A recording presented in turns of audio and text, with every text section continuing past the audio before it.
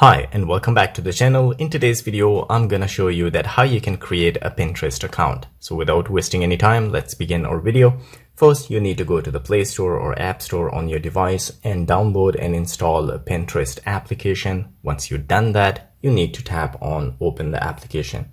So once you open the application, you will find the options here. Then you can continue entering your email address. You can continue with Facebook and you can continue using your Google account as well. So in my case, I will continue with a Google account. Once you tap on that, if you have multiple Google accounts on your device, you need to choose the one that you want to use for your Pinterest. So in my case, I will use this one.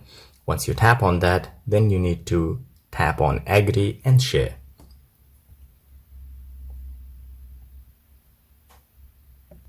So guys, once you tap on that one, Pinterest will ask you to allow it to send you a notification. If you allow it, it depends on you. And here at the bottom, you will find your profile option. Once you tap on that one, as you can see, my account has already been created. This is the account name.